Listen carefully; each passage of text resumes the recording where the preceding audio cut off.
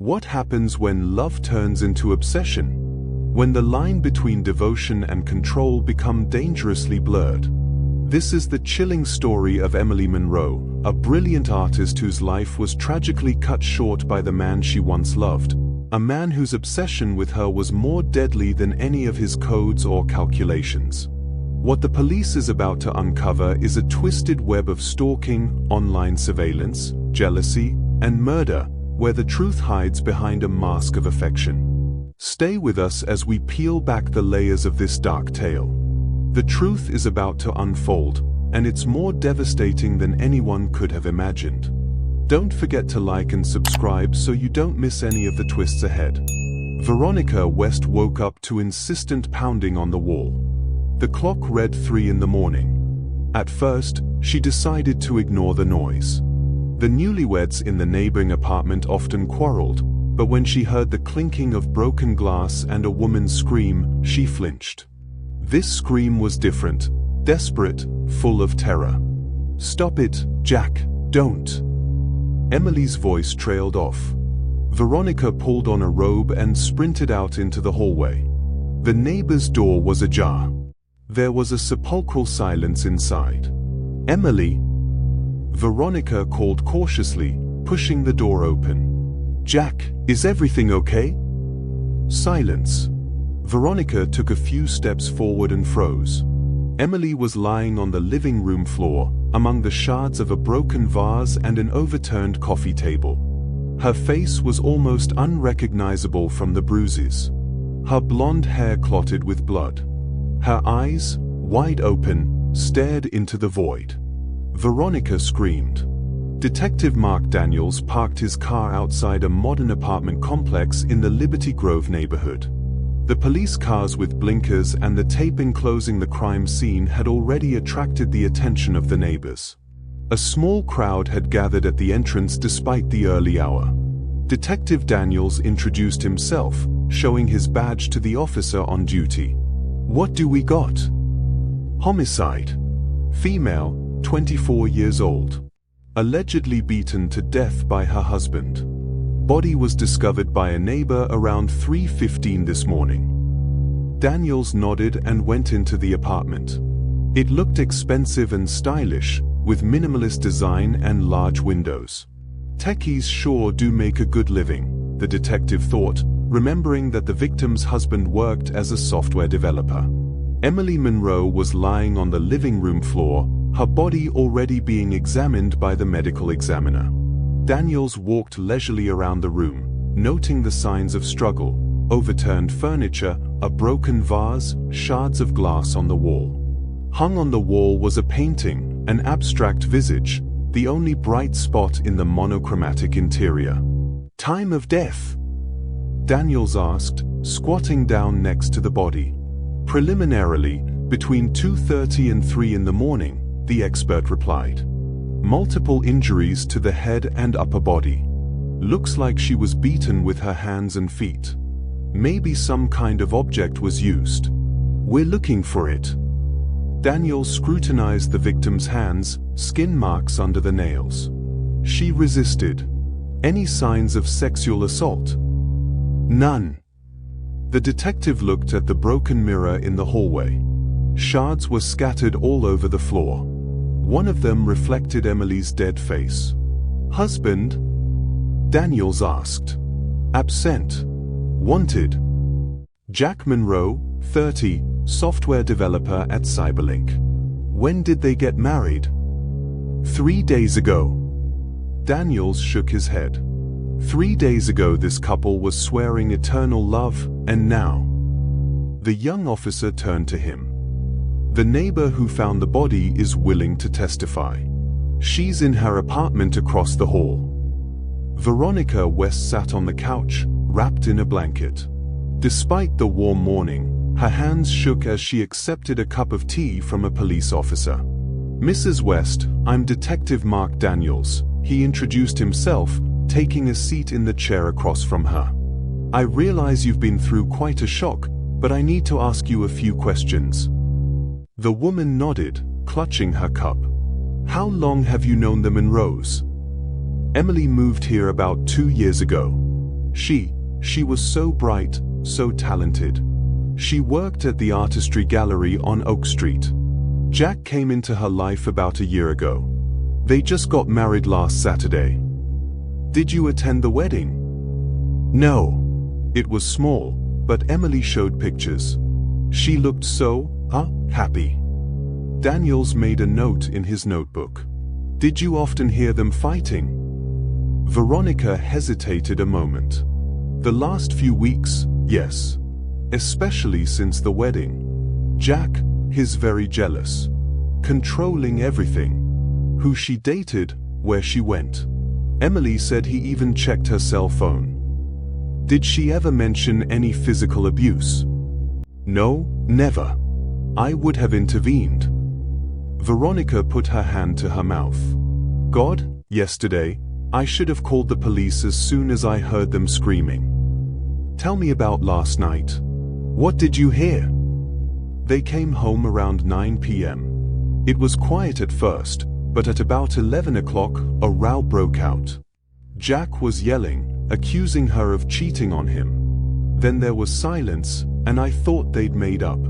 And then at night, Veronica sobbed. It was around 3. First a knock, then the clink of broken glass.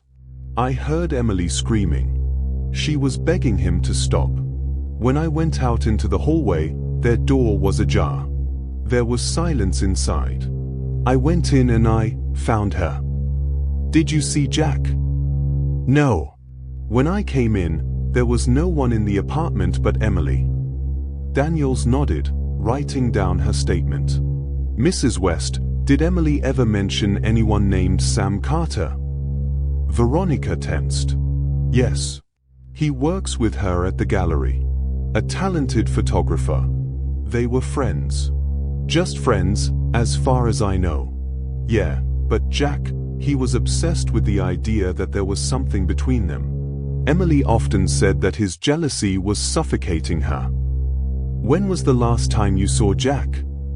Last night. When they were coming home. We ran into each other in the elevator. He seemed tense, barely spoke. Thank you, Mrs. West. If you think of anything else, let me know immediately. Back at the crime scene, Daniels found forensics searching the apartment. Did you find anything interesting? He asked. The victim's computer and her phone have been seized for analysis, the technician replied. They also found this. He handed the detective a plastic bag with a small device inside. A camera? Yeah, a hidden camera mounted behind a bookshelf, pointed at the couch. Appears to be recent. We'll check the rest of the room. Daniels frowned. The camera confirmed what the neighbor said about Jack's pathological jealousy. In the bedroom, forensics found traces of blood on the bedding. Looks like it started here, the expert said. Then it moved to the living room. Daniels opened the closet. Expensive men's clothes were neatly hung on the shoulders. The lack of clutter indicated that Jack hadn't packed in a hurry. He probably had a bag prepared. On the bedside table was a silver-framed photo of Emily and Jack on some beach, smiling happy. Next to it was a wedding invitation with the date August 27th, 3 days ago. Daniel's phone rang. Detective Daniels speaking. Sir, we checked the security cameras in the underground parking garage. Jack Monroe left the building in his car at 3:22 a.m. Make it an Audi. Black. License plate number VE927K. Put out an intercept plan. Check the airport, train station, border crossings. This guy can't leave the city. Already done, sir. Daniels returned to the living room. Emily's smartphone was on the coffee table, screen smashed. The technicians had already copied the data and were preparing to take it away for forensics. I want to take a look at the messages, the detective said. The technician handed him a printout of Emily's recent correspondence. Daniels flipped through them quickly, stopping at the dialogue with the Sam contact. I need to see you tomorrow at the gallery. Sure. Is everything okay? I'll tell you when I meet you. Don't answer that number. Jay is checking my phone. The messages were dated yesterday morning. Daniels checked outgoing calls. Emily had called Sam yesterday afternoon. The conversation had lasted 7 minutes. Trace the whereabouts of this Sam Carter, the detective ordered. We need to talk to him. The artistry gallery was located in a trendy neighborhood on the west side of Oak Street. It had a glass facade, minimalist design, and inside was an open space with white walls hung with modern paintings. Daniels found Sam Carter in the back of the gallery, where he was setting up the lighting for a new exhibit. The young man with disheveled dark hair and an abstract print t-shirt didn't look shocked by the news of his colleague's death, but rather alarmed. Mr. Carter, Detective Mark Daniels, City Police. We need to talk about Emily Monroe. Sam nodded, lowering his head. I've already heard. That's monstrous. I can't believe it. When was the last time you saw Emily? Yesterday afternoon, here at the gallery. We were preparing a new exhibit. What did you two talk about? Sam paused. She was upset. Said the marriage was a mistake. That Jack was becoming more and more controlling. Did she mention physical abuse? No, but she was afraid it would come to that. Said he was always checking her cell phone, stalking her, insisting she quit the gallery. Why? Sam looked away. He was sure there was something between us. Is there? We're friends. Just friends. I'm gay, detective. I've had a partner for 3 years. Jack knew that, but he was still jealous. He was jealous of everything about her. Daniels made a note in his notebook. Emily texted you yesterday. She wanted to talk about something? Yeah. She was going to leave him. She said it was over. That Jack was unpredictable. Did she tell you she was scared? Sam nodded. Yeah. She wanted to meet after the gallery closed, but I couldn't. I had another commitment. She asked if she could go to the police. I told her yes, but she didn't want to. Why not? Sam rubbed his eyes. She didn't think they'd take her seriously. She said if she made it public, Jack would make her life hell. She said he had connections, that his family could ruin her career. Daniel's phone buzzed. He glanced at it, then turned back to Sam. Stay here, and don't leave the city. He turned to leave but paused. Was Emily dating anyone else? Sam sighed. She said she liked someone. Didn't tell me who. But she said it wasn't serious. Maybe she changed her mind about it. Daniels turned back sharply. Who? I don't know, Sam muttered. I wish I could tell you. Daniels returned to his car, analyzing the latest facts. He had a gut feeling that something more was hidden in this case, some connection that hadn't come to light yet. The question remained, did Jack Monroe kill his wife out of jealousy, or was there something else involved? There was only one way to find out. Jack has some answering to do. Jack took Detective Daniels to the open space where the programmers worked. Jack's workplace was perfectly organized. Not a single piece of paper, the monitor wiped clean. Emily Monroe's picture in a simple frame stood on the desk. The staff sitting next to Jack told little, knew everyone described him as withdrawn, focused on work, not inclined to talk about his personal life. No one saw any signs of aggression or uncontrollable jealousy. He was like a ghost, said one co-worker. He'd come in, do his job, and leave. I don't know if he had a single friend in the office. Back at the station, Daniels found the results of Jack's background check on his desk. The story about his dead parents had checked out. They had indeed died in a car accident 10 years ago. Jack graduated from university with honors, worked for several companies in Vancouver, then moved to Toronto. Information about a former engagement was also confirmed.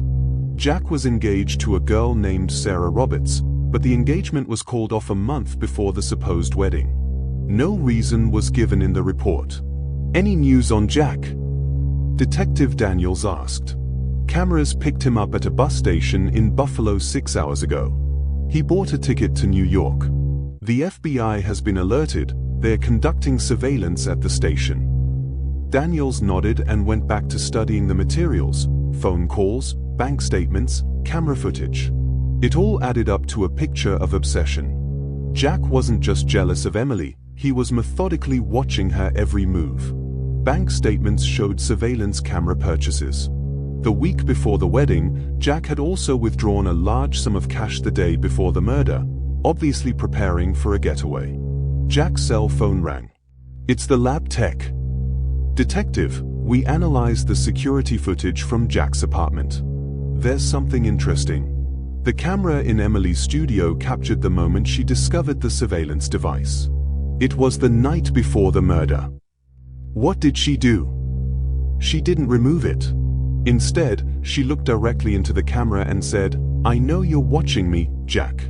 This ends tomorrow.' Then she took out her phone and texted to Sam Carter. Yes. Judging by the timing, it was the same message about the meeting." Daniels realized Emily had decided to act when she discovered the cameras. She was planning to leave her husband the next day. "Any recordings from the night of the murder?" "Yeah, but the audio quality isn't great. They got back from the restaurant around 9 o'clock. Jack seemed tense. They barely spoke until he picked up her phone and saw the texts from Sam. Then a fight broke out. Jack accused her of cheating. She denied it. He showed her a tape of her meeting Sam at the apartment. She yelled that she was entitled to friends, that she was tired of his control. Then she said she wanted a divorce. What happened next? The tape cuts out. Jack spotted the camera in the living room and broke it. The other cameras only picked up the sounds of a struggle. Apparently, the fight moved to the bedroom, then back to the living room. Daniels felt a heaviness in his chest. Emily was so close to freedom. The door to the office opened, and Officer Chang walked in. "Sir, the video call with Sarah Roberts is ready." Daniels activated the screen on the wall. A young woman with a serious face and bunched brown hair appeared on it. She looked worried. "Miss Roberts, thank you for agreeing to talk. I'm Detective Mark Daniels with the Toronto Police. Calgary Police said this is about Jack Monroe. What did he do? We suspect him of killing his wife, Emily Monroe. They were married 3 days ago." Sarah went pale. "Oh my God. He got married and already?" "Miss Roberts, you were engaged to Jack Monroe about 3 years ago, correct?" "Yes, about 2.5 years ago. We were supposed to get married, but I broke it off a month before the wedding." "Why?" Sarah took a deep breath. Jack was obsessed with control. At first, it seemed like a concern. He called 10 times a day wanting to know where I was, who I was with. Then he started checking my texts, my emails, installed a location tracking app on my phone. Did he ever get physically aggressive? No, never. But his jealousy became increasingly irrational. He accused me of having affairs with co-workers, friends, even my cousin. The final straw was when I discovered he had installed a camera in our bedroom. Daniels glanced over at Officer Chang. History was repeating itself. "What happened when you broke off the engagement?" He begged me to give him another chance. Promised to change, go to counseling. I refused. Then he started calling at night, stalking me. I filed a harassment report. After a warning from the police, he disappeared from my life. I heard he moved from Vancouver to Toronto. Daniels nodded. "Miss Roberts, if Jack contacts you, notify the police immediately. He's a suspect and could be dangerous." "I understand." "God, that poor woman. I should have warned her if I'd known." "You couldn't have known." "Miss Roberts, thank you for your cooperation." Daniels disconnected the video link and leaned back in his chair. The picture was becoming clearer and clearer. Jack had a history of obsessive control. But what made him go from surveillance to murder? Toward evening, Daniels drove to the synthesis gallery again to talk to Sam. The text had recovered the last message Emily had sent. It had been addressed to him. I'll tell Daniels everything today. Don't call me. I'll explain everything tomorrow. Sam looked pale and tired when Daniels found him at his desk in the administrative part of the gallery. Did you get the last message from Emily? The detective asked, showing the printout. Sam nodded. Yes, around 5 o'clock this evening. I replied that I supported her decision and wished her luck. That was the last I heard from her. Did you see her that day? Only in the morning at the gallery. She was preparing for a new exhibition. What was her mood? Determined. She said she was tired of living in a cage. She wanted to take back control of her life. Did you know about the cameras in their apartment? Sam flinched. Cameras? No, she didn't say anything about cameras. But she did mention that Jack was watching her. I thought she meant checking her phone, her messages. Jack installed cameras all over the apartment the week before the wedding. Emily found them the day before the murder. Oh my God. Sam went even paler. This is more than jealousy. This is crazy. You said Jack knew you were gay, but he was still jealous. Are you sure he knew? Yeah. Emily told him early on in their relationship. She even introduced him to my partner, Kevin. But Jack still saw me as a threat. Daniels wondered, maybe it wasn't about Jack himself, but about the fact that Emily was hiding her plans to leave her husband. When had Emily decided to get a divorce? I think she'd been thinking about it for a while, but she made her final decision a few days before the wedding. She called me in tears, saying she couldn't do it, but she was afraid to cancel the ceremony. Why did she get married after all? Pressure. Her parents spent money on the wedding. Guests invited, everything organized. Plus, she was afraid of Jack's reaction. He'd been weird before. Weird? When she tried to take a break from the relationship. Daniels nodded. That explained why Emily hadn't even told her best friend about her plans. She was afraid Jack would find out before the time was up. Where do you think he might have run off to? Sam wondered. Emily had once mentioned that Jack had a friend in New York, a former colleague from Vancouver. I think they'd kept in touch. Do you remember the name? Was it Alex? I think, or Alan. Something with an A. Daniels made a note of it. It could be a useful lead. The detective's cell phone rang. Daniels speaking. Sir, we have some news. Officer Chang's voice sounded excited. The FBI has apprehended Liam Brooks in New York City at the bus station. He put up no resistance. He'll be extradited tomorrow morning. Good work. Get everything ready for the interrogation. Daniels turned to Jack. Jack's in custody. Justice will be served. But Sam's face remained grim. It won't bring Emily back, he said quietly. And it won't make me feel like I could have done more, warn her, protect her. It's not your fault, Daniels said firmly. The only guilty party here is Jack Monroe, and he will answer for everything. Back at the station, Daniels thought about Emily, about her longing for freedom, about dreams that would never come true, about how even knowing Jack's jealous nature, no one could have imagined such a violent ending. As the case wrapped up, Detective Mark Daniels stood in the dimly lit office, staring at the photo of Emily Monroe that now rested on his desk. The usual weight of the badge felt heavier today, a reminder of the life lost, of a woman whose dreams were cut short by the obsession of a man who couldn't let go. The interrogation room door clicked shut, and Jack Monroe was led out in cuffs, his eyes dark and hollow. No more lies, no more manipulation. The justice system would do its job. Liam would never hurt anyone again. Emily's family, though heartbroken, had finally found some closure. The memorial service, simple and dignified, was filled with those who loved her, friends who spoke of her kindness, her resilience, her art. The gallery where she had worked displayed her final exhibit, a tribute to her life, her passion, and her determination to escape from the control that had bound her. As for Sam Carter, he visited Emily's memorial, standing quietly among the crowd. His face was stoic, but his eyes held a certain peace. He had lost a friend, a confidant, someone he'd hoped would find the freedom she deserved. But in the end, Emily had made her choice. And while Jack's twisted obsession had nearly taken everything, Emily had, in the final act of her life, found the courage to make her escape.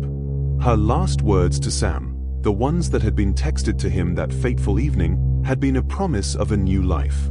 It was the one thing Liam could never take from her. Detective Daniels left the station late that night, feeling the familiar weight of the case lift from his shoulders. He walked into the cool night air, looking up at the starry sky.